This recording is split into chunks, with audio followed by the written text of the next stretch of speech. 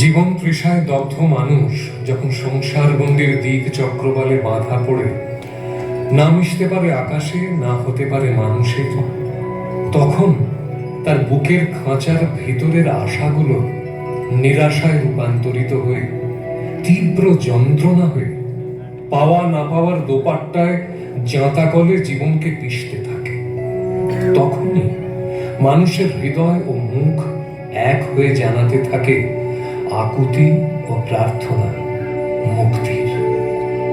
এই তীব্র আকাঙ্ক্ষা যখন বাড়তে বাড়তে আকাশ ছোঁয়, তখনই গুমুট কালো অন্ধকারাচ্ছন্ন মেঘ বলয় ভেদ করে আর্তের হৃদয় আকাশ স্পর্শ করে শান্তির রশ্মি। চির জাগরুক হয় মানুষের চেতনা, চেতনা হতে জন্ম হয় চৈতন্যের, নব মানুষের।